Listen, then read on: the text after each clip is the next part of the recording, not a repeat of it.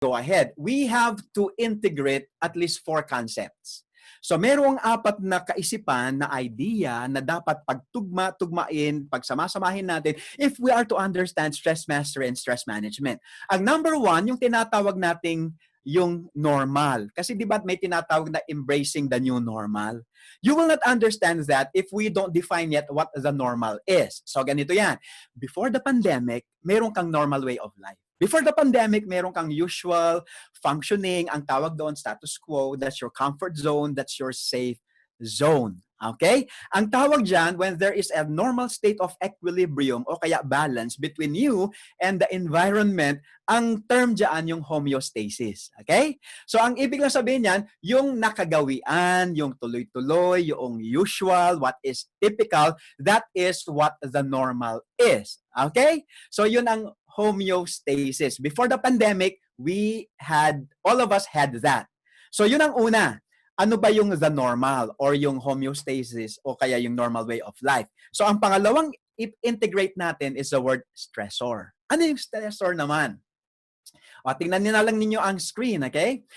Every event, every situation, every circumstance that is acting as a change, a pressure, or a challenge to your normal functioning, to your status quo, to your usual way of life, anything that throws your balance away, okay? That disturbs or upsets yung homeostasis mo, ang tawag doon stressor.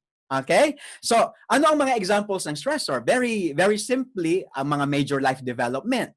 Like for the longest time, you were studying and finally, you graduated, or for the longest time, wala ka pang trabaho, nagka-job ka, nagka-asawa ka, you conceived and you became pregnant, you became a parent. Ito, hindi naman dati nasa buhay mo. But now, because they're part of your life and they have affected your normal way of living, ang tawag dyan mga stressor. We also have personal challenges.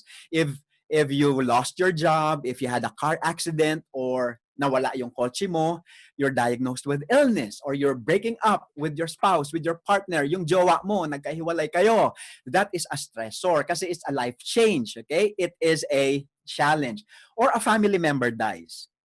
For the longest time, magkakasama kayo, tapos nawala siya, stressor yan kasi it disturbs your normal way of functioning. May personal changes din. Halimbawa, na-promote ka, lumipat ka ng bansa, bagong trabaho, bagong lugar, 4 seasons, or for the first time, you're owning your dream house, o kaya naka-receive ka ng award, nanalo ka ng contest, o kaya nanalo ka ng loto. Okay? That is a big change. That is a big stressor. Ang kasama din what people do to you. Halimbawa, you're being loved suddenly. You're being taken care of by surprise. You're being rescued, okay?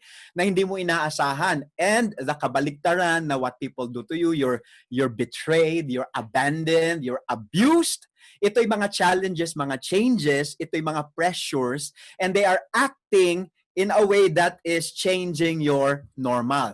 At ang alam na alam natin lahat, yung mga catastrophes. What are catastrophes? Like the volcanic eruption ng Taal, yung earthquake, maraming na-displaced, di ba? Maraming na-upset yung kanilang normal way of life.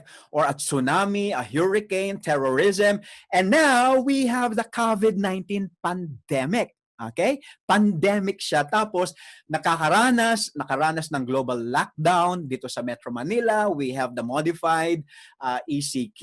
Okay? Kaya, ano ang stressors? You look at the pictures, anything that challenges the normal, anything that challenges your usual way of life is a stressor. Any change, any pressure, any challenge, ang tawag doon, stressor. So, dalawa na tayo, ha?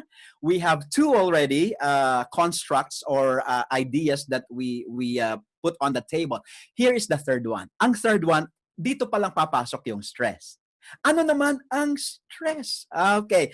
Stress is very simple. Ang stress, it is your response to stressors. That challenge your normal. Kaya how your body is responding and how your mind is reacting doon sa mga stressors which are challenging your normal, ang tawag doon, stress. Kaya ang stressor, yun ang stimulus. Ang stress, yun ang Response. Okay, so you look at the diagram. Stressors would be the pressures, the challenges, or the events, the circumstances challenging your normal, and however you're responding, however you are reacting to the stressors, yun ang stress. So look at the picture. Okay, so meron tayong bridge. Yung bridge, dumaan yung SUV. Yung SUV may bigat, mayroon siyang weight. So the weight, yun ang stressor. Yung bridge, ikaw yon. How the bridge is responding to the stressor, yun ang stress. And in this case, nag-bend yung bridge. That is the response of the bridge to the stressor, which is the truck. But look at another picture. The stressor is too much for the bridge. What happened to the bridge? Nawasak, nag-collapse, bumagsak. Ngayon, pwede mong isipin, ang stress pala pag nagko-collapse ka. Hindi. Okay? Kasi you look at the next picture. Can you see the bridge right now? Can you see the bridge? Okay. How many trucks do you have? How many trucks? Hindi lang 10, hindi lang 50. Maybe 100 trucks and they are on a bridge. But what is happening to the bridge? Is it collapsing? Is it breaking down? No. The response and the reaction of the bridge to the heavy load is it remains firm. Okay? It remains firm. Kaya pwedeng mangyari na iba-iba pala ang stress response. So I would like to share the fourth construct or the fourth idea. There are two types of stress response. Okay? Ano yung dalawang types ng stress response? Number one, you have distress. That is what happened to the bridge that collapsed. And you have eustress. Okay? Parang yung bridge na hindi man lang naantig, naapektuhan nung napakaraming mga truck. So isa-isahin natin. Okay? When you say distress response, this will be the aversive, the unpleasant, the painful. Many times it's the unwanted emotional experience in response to stressors. So yun ang distress, okay?